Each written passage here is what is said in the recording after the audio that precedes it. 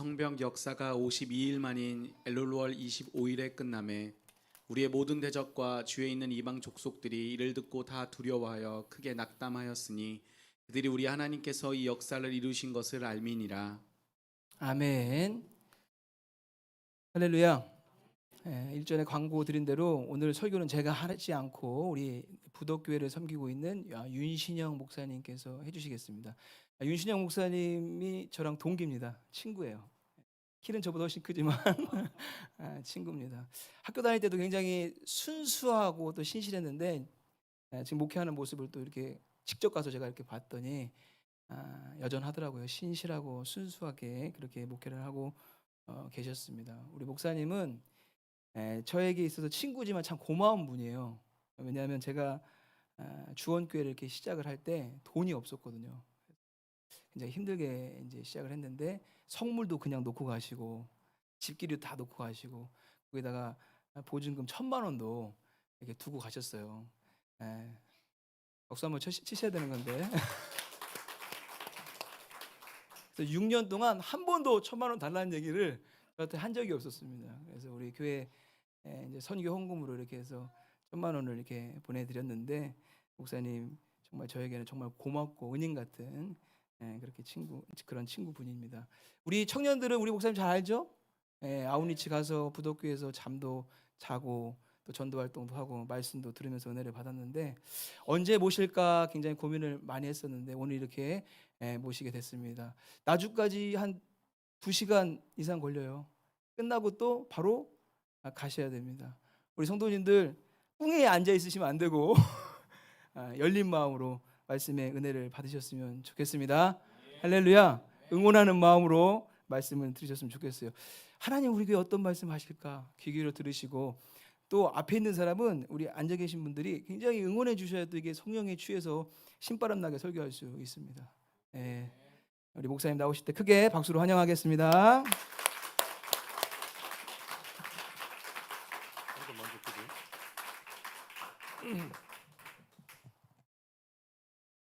우리 드려진 예물 위해서 먼저 기도하고 말씀을 나누도록 하겠습니다. 지금도 살아계셔서 우리와 함께 하시는 하나님을 찬양합니다. 우리의 생사화복이 주님께 있음을 고백하고 우리의 모든 전 생애가 모든 것이 다 주님의 은혜임을 고백하며 감사와 영광을 올려드립니다. 한 주간의 중간날 이렇게 수요일 참 바쁘고 피곤하고 힘든 시간이지만 하나님 사랑해서 주님 예배하고 싶어서 주의 백성들 주님 앞에 나온 줄로 믿습니다. 하나님께서 예배와 그 마음의 중심을 받으시고 오늘 부어주시려고 작정하신 은혜를 다 모든 심령들마다 받고 돌아갈 수 있도록 큰 은혜 부어 주옵소서. 특별히 그러한 소망하는 마음을 가지고 하나님 앞에 예물을 드립니다. 예물을 드린 손길을 기억하시고 예물에 담겨져 있는 믿음의 고백과 소원을 주님께서 기억하시사 하나님의 때에 풍성한 열매로 갚아주시고 만배복으로 함께하여 주옵소서. 또한 물질이 쓰여지는 곳에 사람의 욕심이나 사람의 그런 욕망을 따라 사용되지 아니하고 오로지 하나님의 영광을 위하여 사용되어지며 영혼이 살아나는 일에 생명이 살아나는 일에 하나님이 기뻐하시는 일에 귀하게 쓰임받고 열매 맺는 복된 물질들에게 축복하여 주옵소서. 또한 드린 손길 위에도 하나님께서 저들의 삶의 처지와 형편과 필요를 아시오니 하나님께서 정말 이 땅에 살아가면서 필요한 모든 것들 하나님 염려하지 아니하고 오직 먼저 그 나라와 그의 의를 구할 수 있는, 그래서 하나님으로 인하여 항상 만족하고 행복한 인생, 건강한 인생, 복된 인생 누리게 하여 축복하여 주옵소서. 오늘 시간 주의 종을 통하여 하나님의 말씀을 대언합니다. 오직 주의 말씀만 대언하게 하시고 열린 마음들마다 하나님의 말씀이 생명이 되어서 저들에게 정말 삶을 변화시키는 능력의 말씀이 되게 하시고 정말 살아나는 역사가 있게 하여 주옵소서. 이 시간 함께하여 주시고 인도하여 주실 줄 믿사오며 사랑이 많으신 예수님의 이름으로 간절히 축복하며 기도드리옵나이다. 아멘. 할렐루야. 네, 반갑습니다.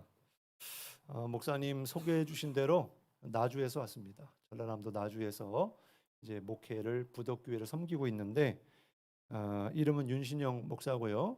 오늘 저 혼자만 오지 않고 우리 가족들 다 데리고 왔습니다. 우리 3명의 딸과 우리 사모랑 같이 왔는데 우리 사모가 주원교회 꼭 같이 가고 싶다. 무슨 일 있어도 가고 싶다. 그래가지고 오늘 이제 아이 학교 갔다 와서 바로 그냥 끝나자마자 달려왔어요. 그래서 들어오는 순간 정말 옛날 추억과 함께 오늘 참 하나님의 그런 따스한 손길도 느껴지고 참 감사하다. 주원교회가 사라지지 않고 이렇게 아주 건재할 뿐만 아니라 이렇게 여러 성도들이 수요일 날 이 저녁에 하나님 앞에 나와 예배드린다는 게 사실 쉬운 일이 아닙니다. 제가 청주 사람인데요. 청주에 엄청 큰 교회들도 많이 있습니다. 근데 한번 수요일 날 예배를 드리러 간 적이 있는데 그 큰 교회가 정말 사람 숫자가 헤아릴 정도로 얼마 안 모였더라고요. 또 아주 유명한 그 뭐뭐 목사님이라고 계시는데 거기 교회도 주일 저녁에 가봤더니 텅텅 비어 있더라고요. 그러니까 주일날 예배 딱 한 번 드리면 그냥 되는 걸로 그런 시대를 살아가고 있고 또 코로나가 이제야 풀렸지만은 이렇게 수요일날 모이기가 참 쉽지 않아요. 근데 이렇게 우리 청년들 또 이렇게 함께 성도들 또 장로님들 함께 나와서 예배드리는 모습 보면서 이 교회 희망이 있다. 정말 하나님이 기대하시는 교회, 또 꿈을 이루어 드리는 교회, 정말 그런 교회가 될 줄로 믿습니다. 제가 우리 주원교회에서 2대 목사로 2013년에 안수받고 15년 12월 달까지 여기서 이제 목회를 했어요. 물론 지금 이 성전은 이제 3성전이 됩니다. 주원교회를 처음에 저 때는 수련목 과정을 마치면 반드시 목사 안수를 받기 위해서 단독 목회를 했어야 됐어요. 그래서 어쨌든 간에 개척을 하든지 일반 교회를 들어가든지 무조건 이렇게 들어가야 됐습니다. 그러다가 이제 이렇게 소식을 듣고 이제 교회 자리가 났으니까 가겠느냐. 그래서 아멘 하고 갔어요. 그게 이제 주원교회였습니다. 그래서 그 주원교회에서 이제 3년여 시간의 이제 목회를 하면서 이제 사진이랑 같이 이야기를 하겠지만 그럼 저에게는 이제 목회 초년생 때 훈련도 되어지고 또 하나님을 경험하고 앞으로의 목회의 꿈을 그렸던 그런 시간이 저에게 있었습니다. 그래서 이 주원교회에서 이렇게 설교를 한다는 게 저에게는 아주 뜻깊고요. 얼마나 감격이고 기쁨인지 몰라요. 제가 보니까 이 강단이 낯이 굉장히 익은데 제가 설교했던 강단인 것 같고 또 이렇게 구석구석 뭐 자세히 보진 않았습니다만은 우리 목영실에 있는 그 목자이신 예수님 그 성화도 처음부터 저 성화가 있었고 또 이제 두 번째 성전에서 사실 이제 김치 냉장고가 없었는데 하나님의 은혜로 선물로 서울에 있는 목사님이 주셔가지고 잘 쓰고 있었는데 보니까 여기 지금까지 쓰고 있다고 고장나지 않고 아주 잘 쓰고 있다고 그런 얘기를 듣고 그래서 참 이 주원교회 이름만으로도 저에게는 의미가 있습니다. 첫 목회지기도 하고 제가 이제 수원으로 이제 부목을 나갔을 때 이제 첫째 아이 이름을 뭘로 줘야 될까 하다가 주원이라고 줘야 되겠다. 그래가지고 저희 첫째 아이가 이름이 주원입니다. 윤주원이에요. 그래서 이름의 뜻은 주님이 원하시는 아이 그런 이름의 뜻입니다. 그래서 그렇게 이제 예배를 드리고 또 성도들과 함께 교제하고 말씀을 가르치고 훈련하고 그랬던 교회가 바로 주원교회였기 때문에 굉장히 저에게는 감격입니다. 그리고 이렇게 예배를 드리면서 설교를 할 수 있도록 그렇게 초청해 주신 우리 목사님하고 우리 장로님들 또 성도들께 감사의 말씀을 드립니다. 그리고 올해 1월에 우리 여러 학생들과 우리 청년들이 아우니치를 오셨어요. 한 목사님까지 15명 정도 됐나요 그때? 근데 와 진짜 이렇게 젊은 이 학생들 청년들이 와가지고 봉사를 하고 전도를 하고 같이 뜨겁게 예배를 하고 마을 잔치를 열어서 어르신들을 이렇게 재미있게 웃게도 만들어주고 참 감동도 주고 야 진짜 목사님이 진짜 훌륭하다 대단하시다. 청년들 또 학생들 정말 훈련을 정말 잘 시키셨다. 부럽더라고요. 그래서 그 학생들 청년들 보면서도 저 교회는 되겠다. 왜냐하면 지금 시골에 있는 교회들마다 교회 학교 없는 교회가 대부분입니다. 제가 있는 지역이 이제 전라남도에 이제 호남 특별연회라고 해서 그 연회 구역이 어디냐면 전주부터 완도까지예요.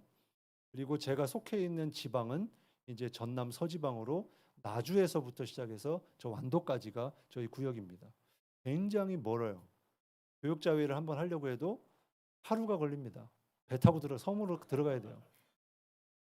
그런 곳에 이제 왔는데 보니까 코로나 때문만의 문제가 아니고 코로나 3년 동안 여름 성경학교를 한 교회는 저희 교회밖에 없어요. 34개 교회 중에. 근데 저희 교회가 굉장히 작은 교회예요. 이제 설명도 하겠지만은 저희 교회가 처음 이제 부임을 했을 때 35개 교회 중에 규모나 재정으로 보나 그게 34번째였어요. 이제 사진 보여드릴 겁니다. 이제 첫 번째 부임했을 때.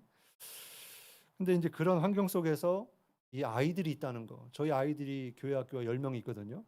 그래서 우리 아이들이 전도하고, 아이들이 앞에서 찬양하고, 물론 저희 아이들만 3명이긴 하지만, 네, 그래서 이제 이게 이제 몇 년이 지나면 이제 어른들이 다 이제 한 분 한 분씩 하나님 부르심을 받을 텐데, 과연 몇 개의 교회가 살아남을까?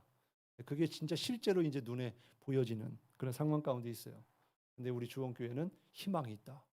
우리 학생 청년들이 있어서만이 아니라 참 훌륭한 그런 일꾼들이 있어서 참 기대가 됩니다. 어쨌든 오늘 이 시간을 통해서 하나님이 저를 통해서 하셨던 일들을 나눌 텐데 여러분 가운데서도 여러분 삶 가운데 하나님이 개입하셔서 이끌어 가시고 함께 하시면서 일을 행하시는 그런 하나님을 오늘 발견하시고 깨닫는 은혜가 있기를 바랍니다. 제가 주원교회를 처음 부임했을 때 2013년 3월 10일이었어요. 한번 사진 한번 보여주실래요? 첫 교회는요. 여러분들이 이전하기 전에 이제 위치해 있는 다이소 맞은편 그 갈마 아파트부터 조금 내려오면 그 5층 건물의 빌딩의 4층에 있었습니다. 평수는 50평이었고요. 평수는 50평인데 구조가 그렇게 잘 빠진 구조가 아니어가지고 본당은 좀 작고 다른 공간이 좀 큰 이제 그런 곳에 제가 3월 10일 날 부임을 했습니다. 그때는 저는 솔로였습니다. 결혼하기 전에 무조건 목사 안수를 받으려면 단독 목회를 했어야 됐기 때문에 나갔어요. 교인은 한 사람도 없었습니다. 아는 사람들도 없었고요.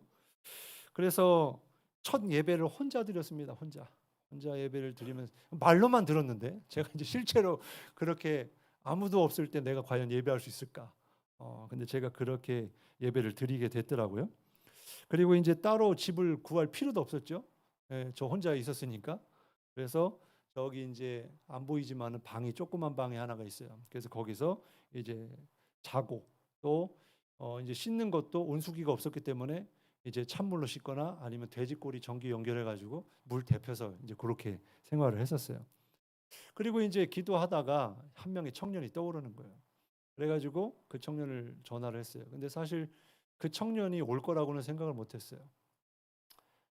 오늘도 마찬가지인데 오늘 왔어요. 그 청년이 함께 했었던 첫 우리 성도가 된 우리 청년이 전화했더니 목사님 교회 이제 부임했는데 한번 올래? 그랬더니 예 갈게요 그러는 거예요. 그래가지고 그 다음 주부터 제가 이제 나올 때까지 교회를 이제 사임하고 이제 부목사로 갈 때까지 한 번도 쉬지 않고 계속 같이 신앙생활했는데 오늘 이렇게 전화를 했더니 오늘 이렇게 같이 예배를 드리는 감격의 순간이 왔네요. 그래서 이 한 청년과 함께 이제 같이 이제 목회를 시작했습니다. 그리고 이제 이 청년의 또 친구, 또 청년의 또 다른 친구 해가지고 친구들을 이제 데리고 와서 이제 예배를 드리기 시작했어요. 한번 다음 슬라이드 사진 보여주세요. 이게 이제 처음에는 혼자 시작했지만 저렇게 이제 시간이 흘러가면서 이제 청년들도 오고 어른들 성도들도 이제 한 분씩 오기 시작했습니다. 제가 이제 2년 동안 반찬 봉사를 했어요. 그래서 7가정을 섬겼는데 이제 반찬을 만들러 직접 가서 이제 제 먹으려고 하는 게 아니고 남을 먹이려고 하다 보니까 가서 반찬을 만들어야 됐어요. 그래서 뭐 김치든 뭐든 다 뭐 깍두기든 만들어 가지고 그거를 한 10인분 만들어 갖고 와서 제가 이제 복지사님하고 얘기해 가지고 하고 얘기해서 7가정을 선정해 가지고 매 주마다 반찬을 갖다 드리는 사역을 했습니다. 2년 동안. 그러다 보니까 이제 그걸로 이제 한 분씩 이렇게 교회에 나오기 시작했고 또 나오신 분들의 또 지인들이 나오기 시작했고 또 그때 당시에 우리 이제 저하고 우리 박남규 목사님만 동기가 아니라 또 한 명의 동기 목사님이 가정이 얼마 동안 저희 교회에 나와서 같이 예배를 드렸어요. 그래서 오늘 그 목사님한테도 전화했더니 오늘 오셨어요. 그래서 저 뒤에 같이 우리 신창규 목사님이 같이 이렇게 예배를 지금 드리고 있네요. 그렇게 해서 이제 저렇게 이제 신앙생활 하다가 월세가 이제 또 세기도 하고 또 이제 자꾸 이제 그 시간이 지나면 자꾸 올리려고 하니까 주인이, 그래서 기도하던 중에 이제 교회를 이전한 것이 여러분이 이제 이 전 교회입니다. 이제 슬라이드 사진 보여주세요. 이게 이제 그쪽으로 이제 저희가 교회 이전을 했습니다. 이전을 해서 그렇게 처음 우리 교회 나왔던 좋은 교회 우리 청년이 찬양을 하고 또 다른 친구가 드럼을 치고, 오늘 보니까 우리 청년들이 악기를 하는데 참 옛날 생각 많이 나네요. 예, 그래서 많진 않지만 그렇게 여러 성도들과 함께 이렇게 재밌게 신앙생활을 하고 또 전도도 하고 또 길거리 청소도 하고 또 욕도 먹어가면서 그렇게 이제 함께 동고동락을 했습니다. 제가 그 목회를 하는 가운데 지금도 잊혀지지 않는 한 가지의 일이 있어요. 어느 날 성도 한 분과 함께 새벽 기도를 했습니다. 새벽 기도를 잘 마쳤어요. 여느 날처럼 똑같이 예배를 잘 드리고 이제 집으로 돌아가려고. 근데 갑자기 이분이 눈빛이 확 변하는 거예요. 그러니까 사람의 눈빛이 아닌 거예요. 그러면서 갑자기 저한테 욕을 하기 시작하는 거예요. 굉장히 황당했죠. 당황스럽기도 하고. 그러더니 욕만 하는 게 아니라 성경책을 찢어요. 성경책을 찢고 던져서 밟고 막 그러는 거예요. 도대체 왜 그런가? 내가 뭐 잘못했나? 뭐 설교를 잘못했나? 근데 지금 가만 보니까 얼굴이 사람 얼굴이 아니에요. 완전히 마귀 얼굴이에요, 마귀 얼굴. 그래가지고 그날 저희 아내와 저와 그 성도님 세 분이서 새벽 기도를 했거든요. 그러니까 새벽 5시에 예배 드리고 5시 반쯤에 일어난 일이에요. 그러니까 캄캄한 때죠. 그래가지고 어떻게 해야 될지 이제 모르는 상황에서 마음속에 예수의 이름으로 기도해 줘야 되겠다. 예수의 이름으로 기도해 줘야 되겠다. 그런 담대한 마음을 주셨어요. 그래가지고 예수님의 이름으로 안수 기도를 하려고 이제 다가갔습니다. 그때 주셨던 말씀이 그거예요. 마가복음 16장 17절에 보면 믿는 자들에게 이르니 표적이 따르니 곧 그들이 내 이름으로 귀신을 쫓아낼 것이다. 그래서 이 말씀을 가지고 예수의 이름을 선포하고 가서 안수를 하려고 했는데 안수를 거부해요. 안수를 안 받죠. 그러면서 도망 다니는 거예요. 그럼 저는 안수하려고 계속 따라다니는 거예요. 그 조그마한 공간에 계속 따라다녔어요. 근데 계속 거부하고 막 소리 지르고 막 난리를 치는 거예요. 아니 어쨌든 안수는 해야 되는데, 안수해서 예수님 이름으로 빨리 이 문제를 해결해야 되는데 안 되는 거예요, 그게. 그래서 어떻게 합니까? 몇 바퀴를 돌았는지 몰라요. 그래서 그냥 선포했습니다. 예수님의 이름으로 명하노니 귀신아 떠나갈지어다 그랬어요. 여러 번 외쳤습니다. 귀신이 나갔을까요? 안 나갔을까요? 안 나갔어요.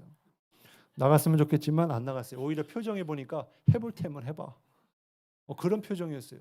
막 실실 웃어요. 와, 근데 기분이 되게 나쁘면서도 승부욕이 올라오더라고요.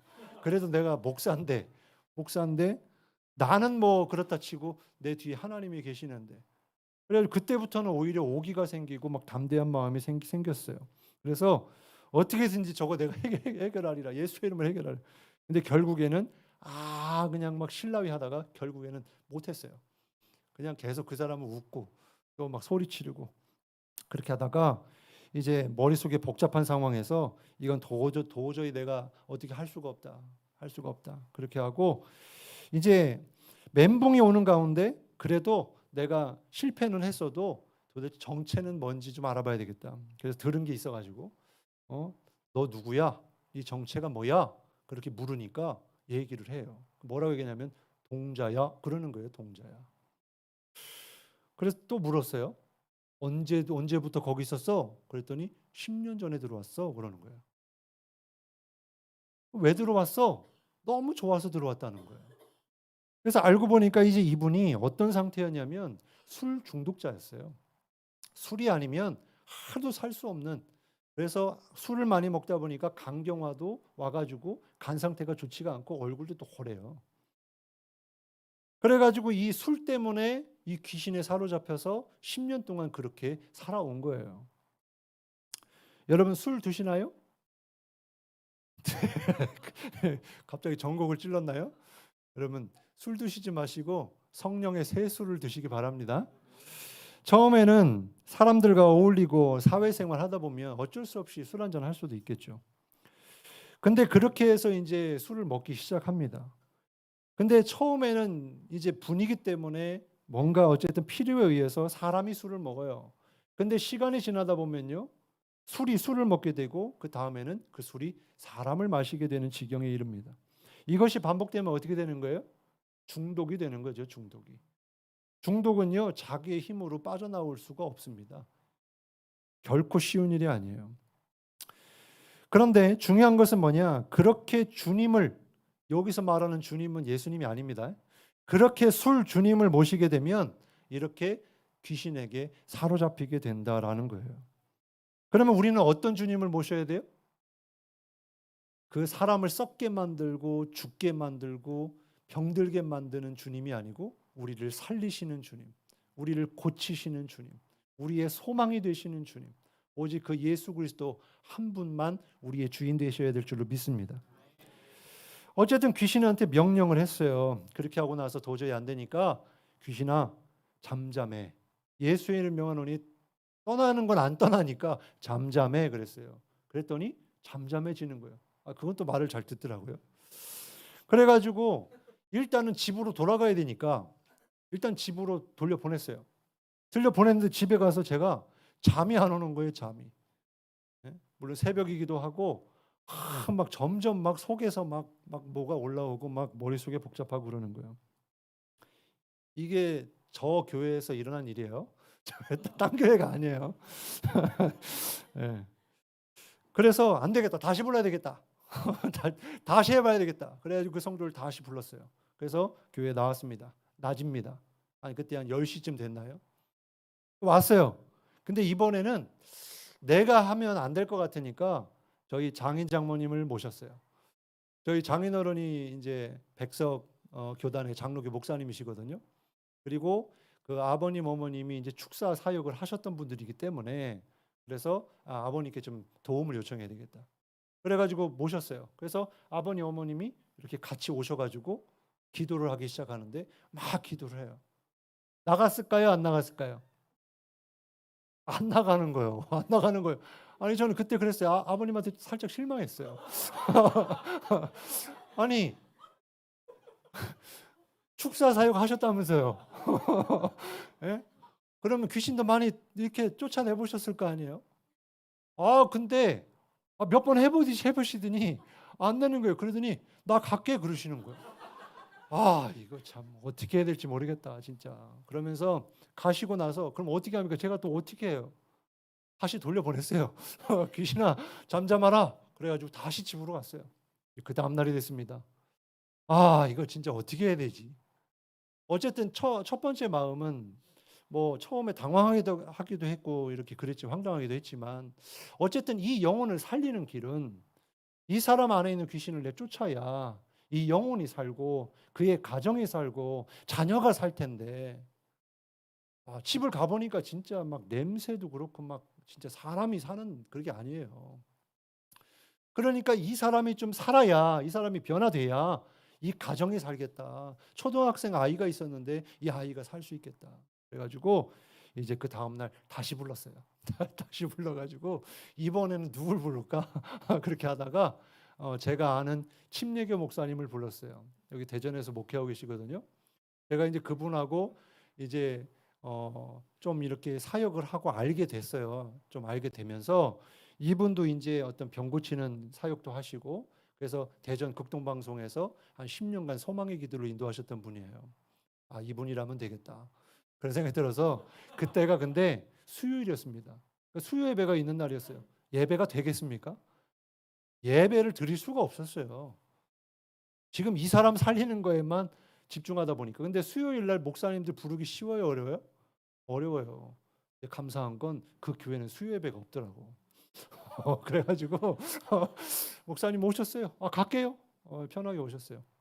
그래서 오셔가지고 이제 처음에는 이제 좀 대충 얘기만 살짝 듣고 딱 그 이제 성도의 상태를 봅니다. 딱 보고 그러더니 갑자기 얘기하시다가 그냥 벌떡 일어나더니 가가지고 기도를 하는데 첫 번째 기도가 뭐냐면 이 귀신이 살고 있는 이 거처, 이 집을 불로 태워버리는 사역을 하시는 거예요.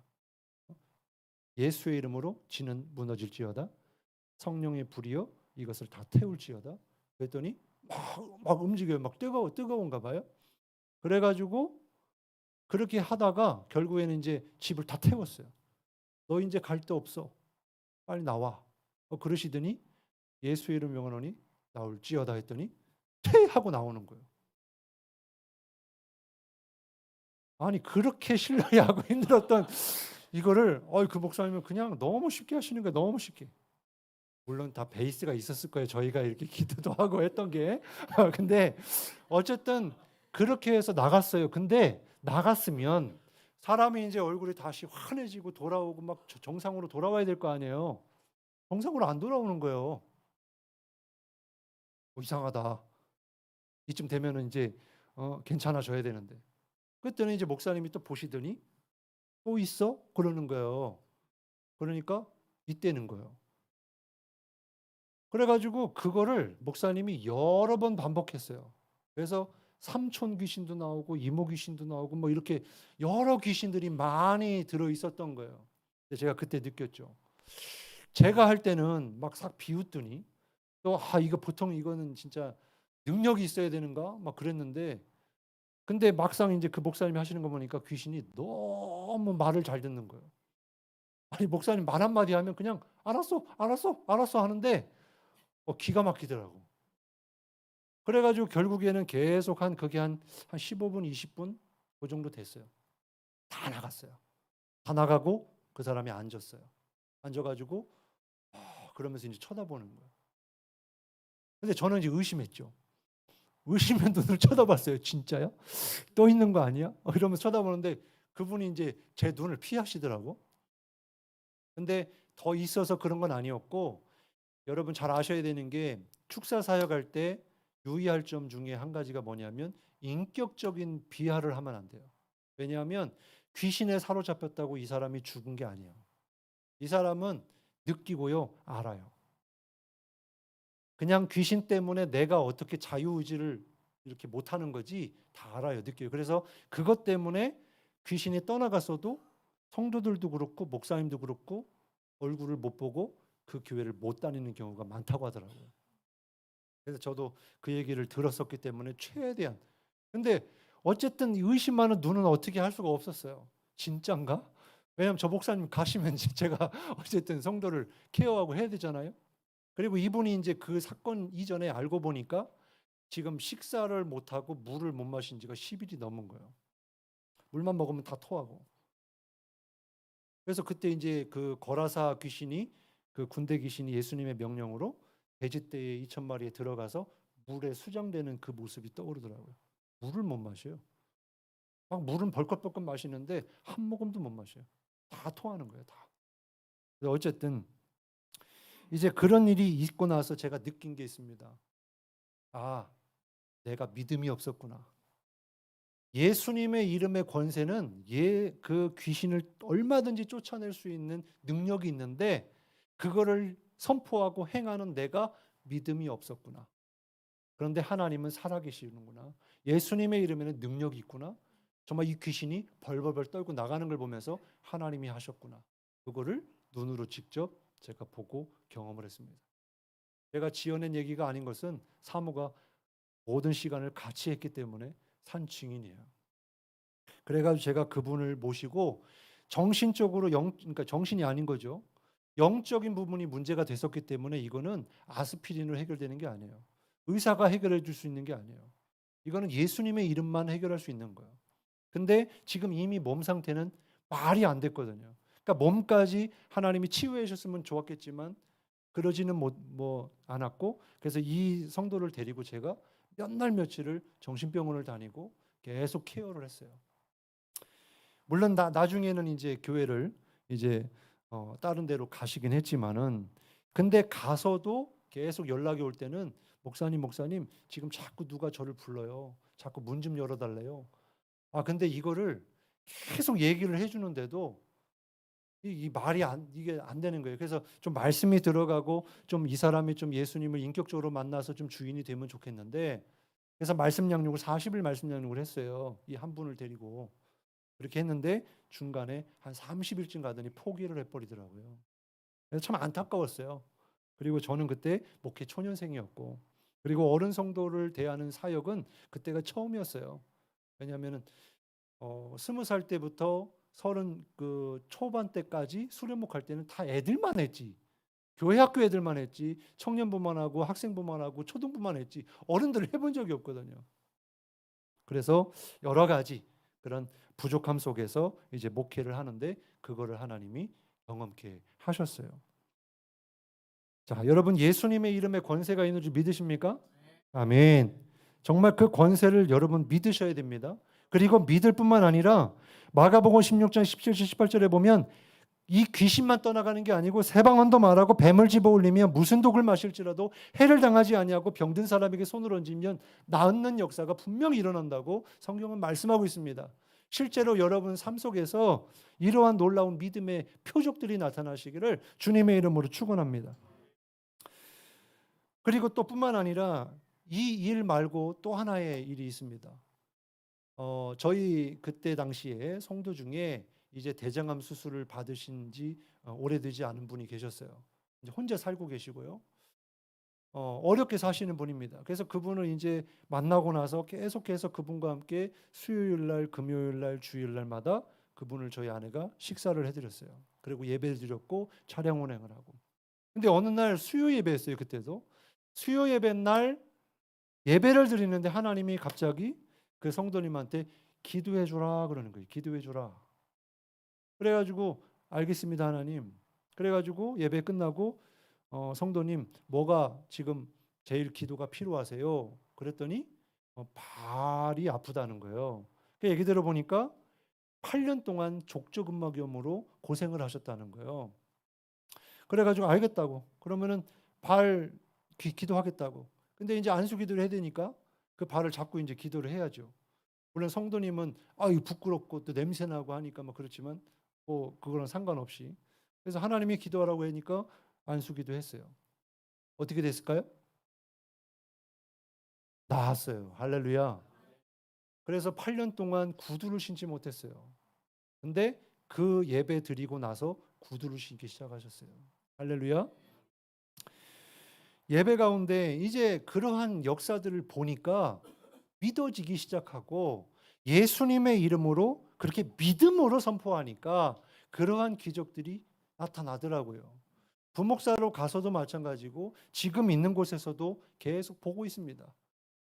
이 권사님이 지금 이제 87세 권사님인데 얼마나 자주 넘어지는지 몰라요. 지팡이를 짚고 다니는데 얼마나 자주 넘어지는지 맨날 어디가 다쳐 얼굴도 막 시퍼렇게 오고 막 그래요. 근데 어느 날 보니까 이 날개 쭉지에 금이 갔다는 거예요. 금이 넘어져가지고. 그래가지고 기도를 했어요. 나았을까요? 안 나았을까요? 나았어요. 할렐루야. 금이 갔어요. 금이 간 것 같은 게 아니고 금이 났다고요. 예? 그래서 제가 그랬어요. 병원 가서 확인하시라고. 확인하셨는지는 모르겠지만 나았어요. 그런 것처럼 저희 목회 가운데 가장 중요한 핵심이 뭐냐면 하나님이 하시는 일을 보는 거구나. 하나님이 하시는 일을 보면 이런 역사가 일어나는구나. 그러니까 괜히 내가 내 가진 능력 가지고 지식 가지고 경험 가지고 고민할 것 없이 하나님 앞에 나아가서 예수님의 이름으로 기도하면 예수님이 뭐라고 그래요? 내 이름으로 기도하면 그럼 내가 시행하리라. 너희 말이 내 귀에 들린 대로 내가 행하리라. 주님 말씀하셨잖아요. 근데 우리는 어떻게 해요? 문제 생기면 누구한테 쪼르륵 가요? 사람에게 가서 쪼르륵 가죠. 그리고 사람 앞에 무릎을 꿇지요. 사람 앞에 가서 빌지요. 근데 우리 예수 믿는 사람들은 하나님께 가면 그럴 일이 없어요. 사람에게 갈 필요가 없어요. 하나님에게 가면 한 큐에 해결될 일을 왜 빙빙 돌아가지고 사람을 찾아가다가 괜히 상처받고 주저앉아가지고 절망하고 울고 있냐고요. 여러분 이 주님 먼저 찾으시기 바랍니다. 그렇게 예수님의 이름을 믿고 또 그 예수님의 이름을 선포하면 그것이 우리의 능력이 되고 또 하나님이 하시는 일을 보는 통로가 될 줄로 믿습니다. 이것을 누구에게 주셨냐면 하나님의 사람들, 하나님의 자녀들에게만 주셨어요. 자녀된 권세예요, 이게. 그러니까 이것을 여러분 다 누리시길 바랍니다. 오늘 본문은 이스라엘 백성들이 하나님의 택함을 받았음에도 불구하고 그가 하나님을 버리고 그들이 우상을 따르고 이방 나라를 의지해서 결국에는 아무리 예언자들을 통해서 경고하고 경고했는데도 불구하고 돌이키지 않으니까 결국에는 바벨론에 의해서 이제 남유다가 멸망을 당하게 됩니다. 3차의 침공으로 완전히 나라가 멸망을 당하고 성전은 기물도 뺏기고 성전도 무너지고 또한 그 예루살렘 성을 싸고 있는 성벽도 무너지고 성문은 다 불탔어요. 그럼 뭐 집들은 뭐 남아 있었을까요? 집들도 다 불타고 없어진 거예요. 그래가지고 1차, 2차, 3차로 백성들이 포로로 다 끌려갑니다. 그래가지고 몇 년 만에 돌아옵니까? 70년 만에 돌아옵니다. 이것은 이미 그들이 심판받기 전에 하나님이 예레미야에게 하셨던 약속의 말씀입니다. 무슨 얘기입니까? 그들이 범죄하여 하나님의 징계를 받을지라도 나는 그들을 반드시 회복시키겠다고 하는 하나님의 마음이 거기 들어가 있는 거예요. 하나님 참 좋으신 하나님이에요. 그래서 하나님의 은혜로 1차, 2차, 3차로 곡으로 돌아오게 되는데 느헤미야는 3차로 돌아오게 됩니다. 그리고 나서 그가 한 일은 성벽을 재건하는 일이었어요. 성전은 1차 포로에서 돌아온 수룹바벨을 중심으로 해서 성전이 지어지는데 이 하나님이 먼저 가장 하기를 원하셨던 일이 뭐냐면 무너졌던 성전을 재건하는 일이었어요. 그런데 그러면 하나님이 성전을 만들어라 라고 했으면 만들어야 될 거 아니에요? 70년 만에 돌아왔으면. 근데 이 사람들이 어떻게 합니까? 성전을 안 짓는 거예요. 뭐부터 짓냐면 자기들 집부터 짓는 거예요. 아주 좋게 자기 살만하게. 왜냐하면 지금 포로로 살아가면서 그 삶이 어떻겠어요? 힘들었겠죠. 좋은 환경이 아니었겠죠. 그래서 얼마나 그들이 좋은 집에 살고 싶어서 그랬는지 모르겠지만 그렇게 하면 안 되는 거죠. 하나님의 심판을 받고 70년 동안 그렇게 고생하다가 돌아왔는데. 그래서 그들이 그렇게 하는 모습을 주님이 보십니다. 그러면 일단 먼저 왜 하나님은 그 어떤 것보다도 성전을 짓기를 원하셨을까요? 성전을 짓는 것이 하나님이 가장 원하시는 거였기 때문입니다. 왜요? 그곳에서 당신의 백성들을 만나려고. 백성들의 예배를 받으시고 그 백성들에게 복 주시려고. 여러분 할머니 할아버지들이 손주들 보고 싶어 하잖아요. 그죠? 그러면 그냥 보고 싶어 해요? 아닙니다. 손주 오면 이거 사줘야지, 이거 해줘야지, 뭐라도 줘야지. 그런 마음을 가지고 손주들을 기다려요. 명절 때면 그러지 않습니까? 그게 할머니 할아버지들의 가장 큰 소망 아니에요? 그러면 옵니다. 그럼 뭐 시켜요? 절해. 그래요. 절해. 뭐 하겠다는 거예요? 용돈 주겠다는 거예요. 절을 받는 게 목적이 아니고 용돈을 주고 싶어서 절을 시키는 거예요. 마찬가지로 하나님이 왜 우리를 이렇게 피곤한 시간에 다 일하다가 이 밤 시간에 와서 예배 드리라고 그래요? 뭐 하려고? 하나님 복 주시려고. 믿으십니까? 실감이 안 나세요? 그냥 힘들어요? 아니에요. 하나님을 만나는 인생이 복된 인생이고 영생을 소유한다는 게 보통 일입니까 이게? 여러분의 앞길을 예배를 통해서 하나님이 다 책임져 주실 줄 믿으시기 바랍니다. 그 하나님이 복 주시겠다는데 왜 그거를 마다하고 세상의 복을 추구하려고 그래요? 세상의 복은 있다가도 없어지고 없으면 계속 없고 그리고 만족이 돼도 잠깐 만족이지 계속 부족하고 없어지고 사라지는 것이 세상의 것인데 아니 하나님이 영원한 복을 주시겠다는데 그래서 하나님을 바라보시고 영원한 복을 받으시길 바랍니다. 말씀드린 대로 성전이 바로 지어지지 않았어요. 얼마 기간이 걸렸냐면 18년이나 성전을 안 짓고 있는 거예요. 그 긴 동안 백성들은요 자기 집 짓기에 바빴다는 거예요. 왜 그럴까요? 뭐 당연한 이유겠죠. 성전도 좋은데 하나님의 성전 짓는 것도 좋은데 내가 살 집이 있어야지. 그래야 그 다음에 하나님을 섬기지. 과연 하나님의 성전을 지으면 그들의 잠자리나 그런 것들을 하나님이 나몰라라 하실까요? 그러니까 자기들의 눈앞에 보이는 현실만 상황을 보는 거죠. 그래서 어떻게 하냐면 하나님이 학개 선지자를 통해서 하나님이 말씀을 하게 하십니다. 학개 1장 4절에 보면은 이 성전이 황폐하였거늘 너희가 이때에 판벽한 집에 거주하는 것이 옳으냐. 8절 9절 은도 내 것이요 금도 내 것이니라 만군의 여호와의 말이니라. 9절 이 성전의 나중 영광이 이전 영광보다 크리라 만군의 여호와의 말이니라. 내가 이곳에 평강을 주리라 만군의 여호와의 말이니라. 아멘. 이 세상의 은금도 다 누구 거래요? 하나님 거래요. 무슨 얘기예요? 얼마든지 필요하면 너희들에게 줄 수 있다는 거예요. 여러분 출애굽했을 때 백성들이요 그 400년 동안 뭐 제대로 먹고나 살았겠습니까? 잘 알잖아요. 맨날 그냥 더 일 시켜 먹으려고 집에 들어오면 그냥 바로 그냥 골아 떨어지게끔 계속 고역을 시키잖아요. 그러면 그 사람들이 일한 만큼 하루에 품삯을 줍니까? 안 주잖아요. 근데 우리 하나님은 어떤 하나님인지 아십니까? 그 430년 동안 종살이 했던 백성들이 나올 때 자기들이 거기에서 수고한 만큼의 은금을 가지고 나오게 하십니다. 성경 보세요. 거짓말 아닙니다. 네? 그런 하나님이에요. 그냥 하나님이 우리 부려먹는 분이 아니고 반드시 하나님께 헌신하고 하나님께 여러분의 삶을 드리면 하나님은 그보다 곱절로 아니 1000배 만배로 복을 주신다니까요.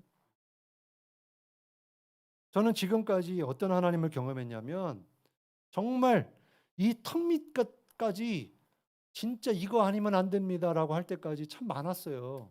근데도 불구하고 돌이켜보면 하나님이 그때 다 채워주셨어요. 지금도 마찬가지입니다. 말씀드렸잖아요. 저희 교회가 35개 교회 중에 34개 교회 1년 결산이 500이었어요. 500. 1년 결산이. 거기서 목회자 사례비가 어디 있어요?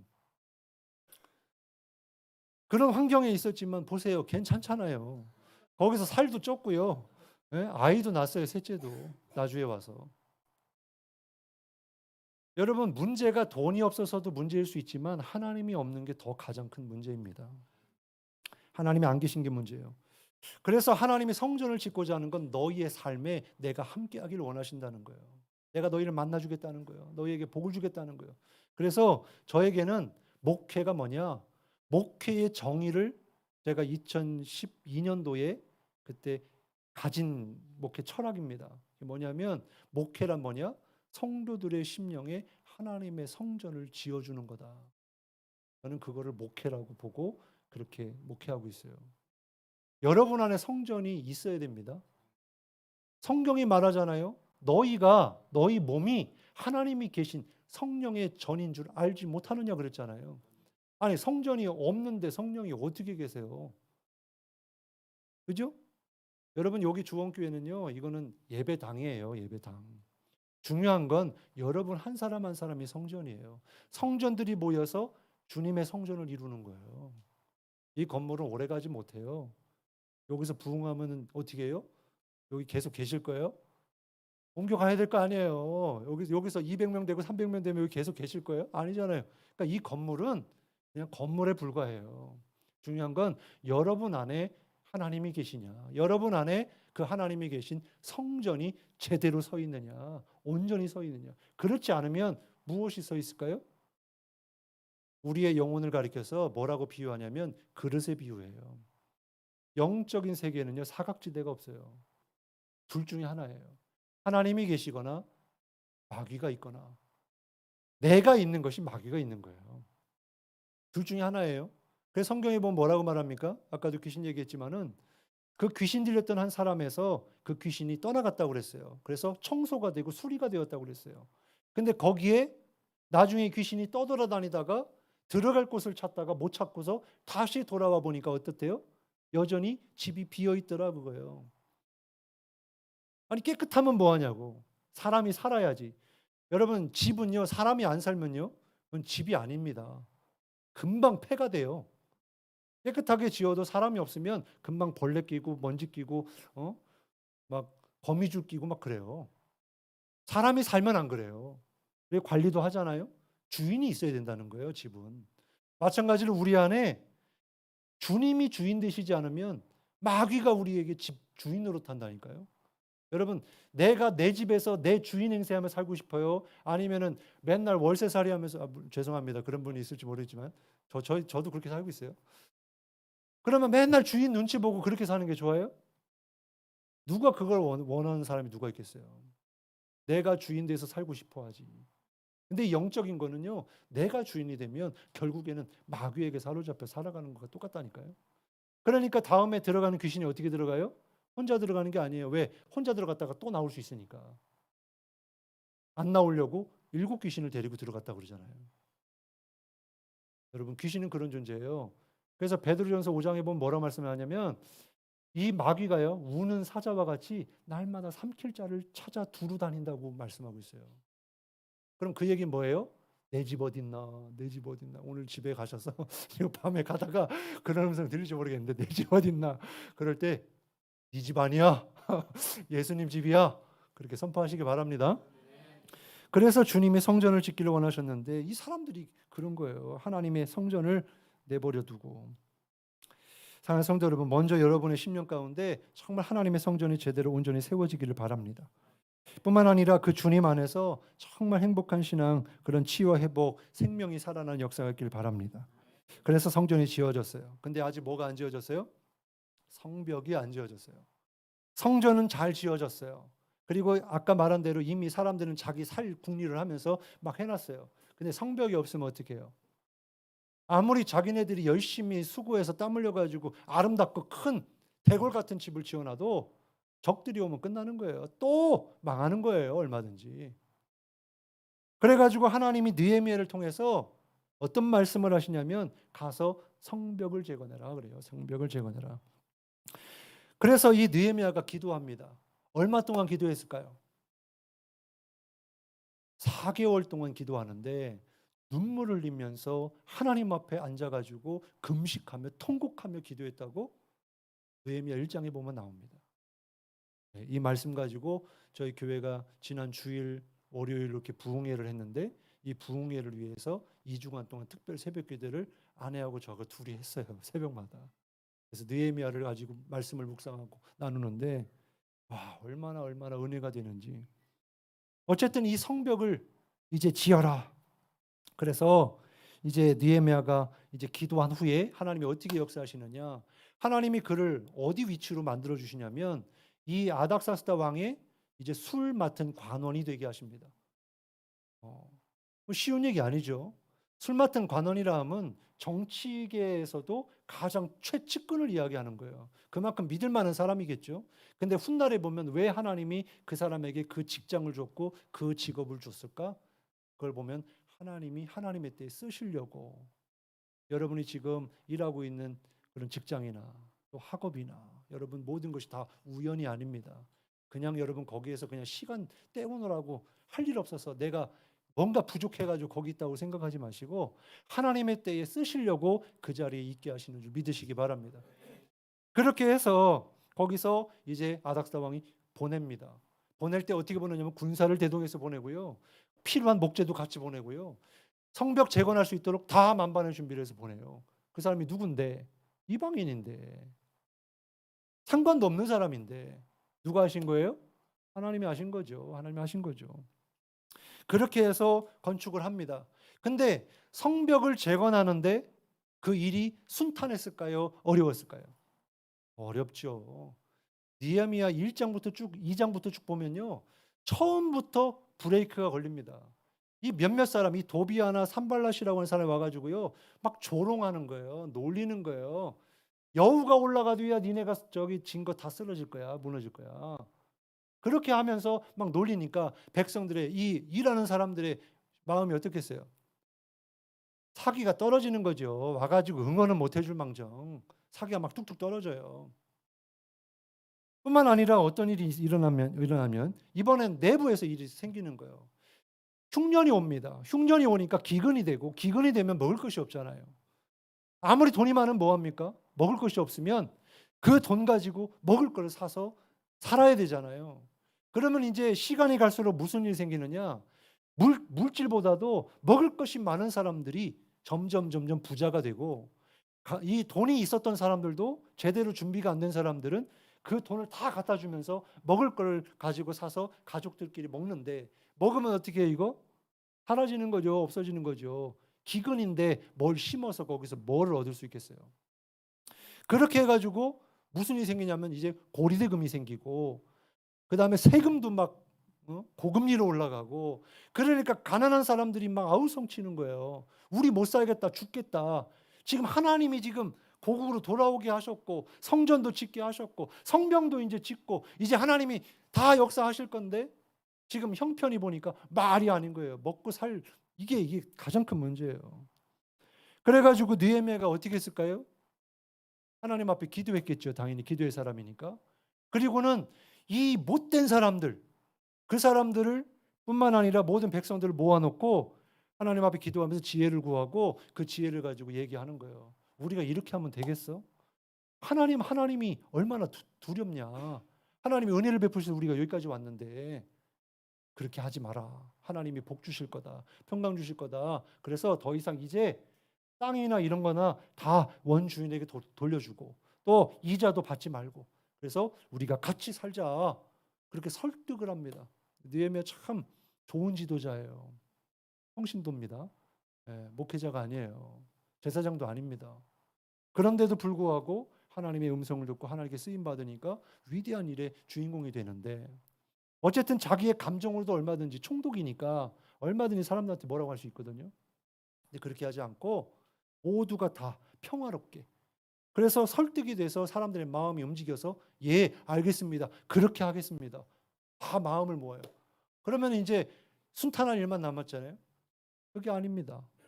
또 어떤 일이 생기냐면 또 사람들이 더 많은 사람을 데리고 와가지고 이제 막 느헤미야를 죽이려고 하는 거예요. 협박하는 거예요. 그래가지고 이 백성들이 어떻게 했냐면 그런 상황 가운데 하나님 앞에 기도하면서 한 손에는 칼이나 창을, 한 손에는 이 망치나 못이나 그런 걸 가지고 그렇게 일을 하면서 적들이 쳐들어오면 싸우려고 그렇게 하면서 일을 했습니다. 여러분, 성벽의 길이가, 높이가 얼마나 됐겠어요? 뭐 그냥 뭐 100m 정도 됐겠어요?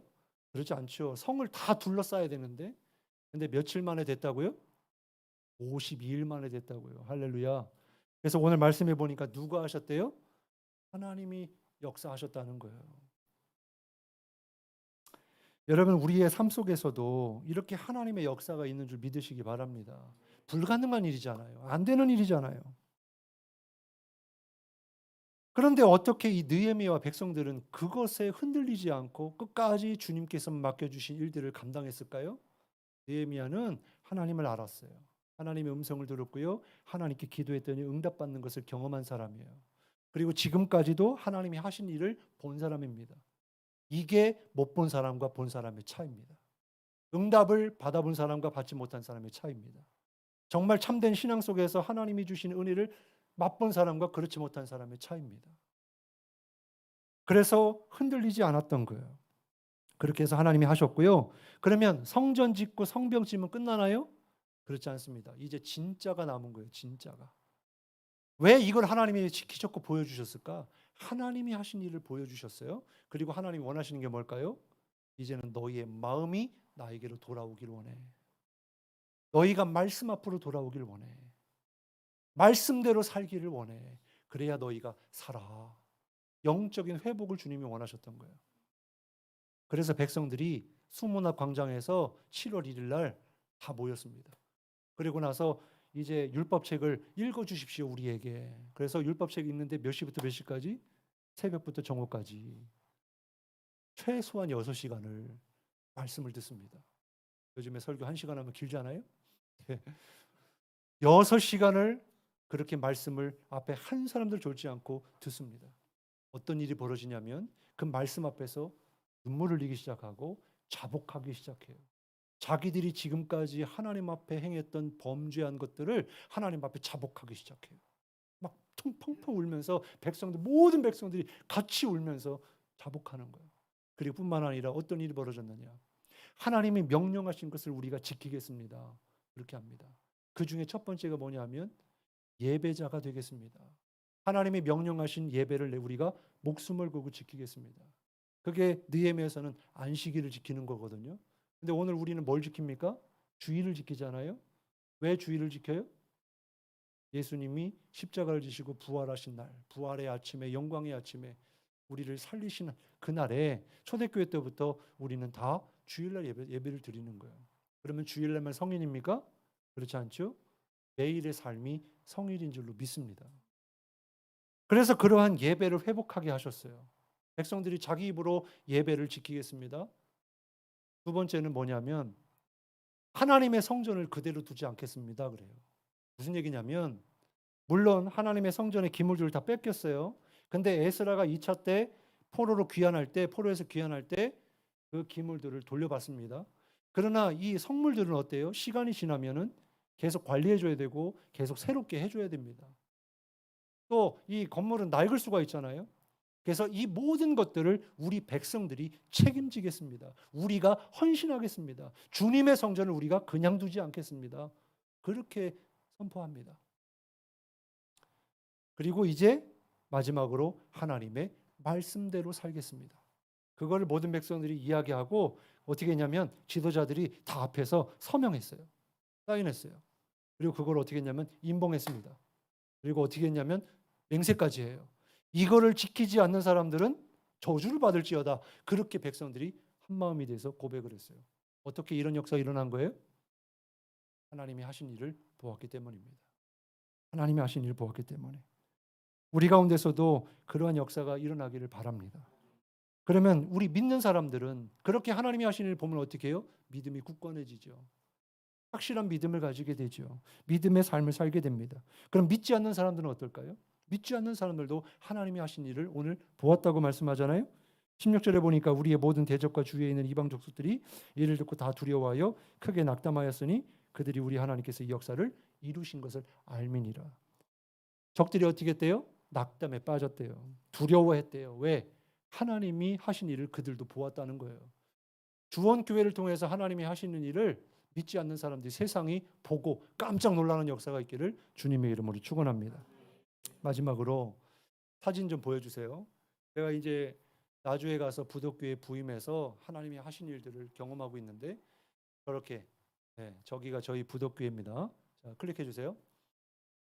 왼쪽 사진이 제가 처음 부임했을 때 날입니다. 여기 이제 2020년 5월에 첫 예배를 드렸습니다. 저렇게. 그리고 이거는 작년에 12월 달 사진이에요.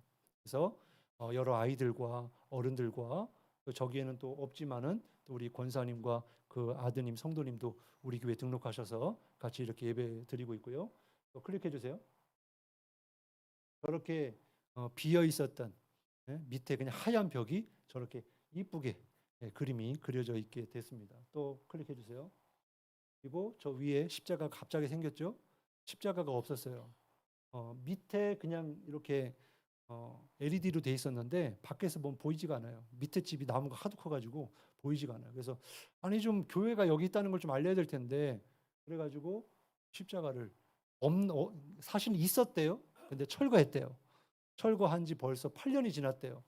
그래가지고 제가 이제 와서 기도하면서 십자가를 세웠어요. 클릭이요. 그리고 입간판이 없어요. 어디서 우리 교회로 오는지 몰라요. 그래가지고 입간판을 세웠어요. 클릭이요. 자, 여기 왼쪽은 제가 부임했을 때는 창고였어요. 창고였고 이제 막 지저분하고 다 곰팡이 쓸었던 그곳을 딱 리모델링을 했습니다. 공사를 다 했고요. 목양실로 쓰고 있고 아이들의 놀이터가 됐습니다. 주일날 난장판돼요. 그리고 오른쪽은 이제 등을 LED 등으로 싹 갈았어요. 클릭해 주세요. 자, 제가 갔을 때 2004년식 DPF 안 달려 있는 스타렉스가 있었어요. 근데 저희 아이가 이제 셋째를 임신했는데 나주에는 출산 병원이 없어요. 목포에 가든지 광주에 가야 됐어요. 저걸 타고 가면 걸리는 거예요. 배기가스 때문에 걸리는 거예요. 그래가지고 어쩔 수 없이 이제 승용차를 하나 구해가지고 이제 타고 다녔는데 하여튼 저 사연이 참 많습니다.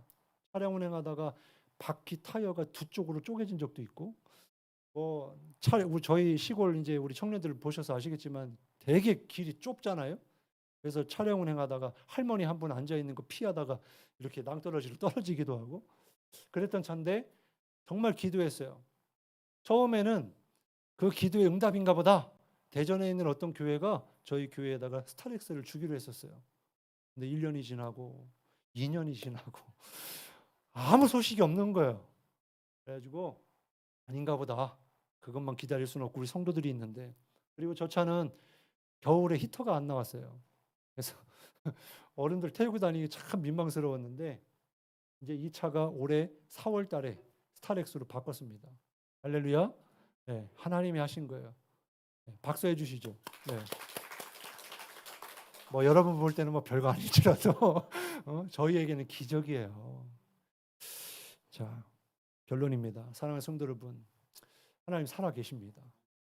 히브리서 11장에 보면 믿음이 없이는 하나님을 기쁘시게 하지 못하나니 하나님께 나아가는 자는 그가 계신 것과 또한 그를 찾는 자들에게 상 주시는 심을 반드시 믿어야 할지니라고 했어요. 여러분 하나님 살아 계십니다. 여러분을 믿으십시오. 그리고 그 하나님이 여러분 삶 속에서 눈에 보이지 않을지라도 하나하나 보면 하나님이 다 하신 거예요. 하셨기 때문에 여러분이 그렇게 사시는 거고요. 지금 우리는 한 치 앞도 내다볼 수 없잖아요. 여러분 1분 1초 뒤에 무슨 일이 일어날지 알아요? 하나님이 지금 일하고 계시다니까요. 하나님이 선하게 일하시려고 지금 길을 닫고 계시다니까요.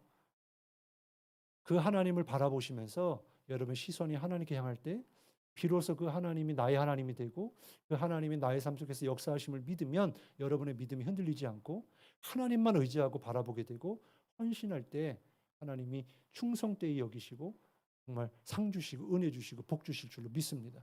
오늘 이 말씀 전체를 기억하시고 우리 찬양할 텐데 이 찬양의 모든 말씀의 핵심이 다 들어가 있어요.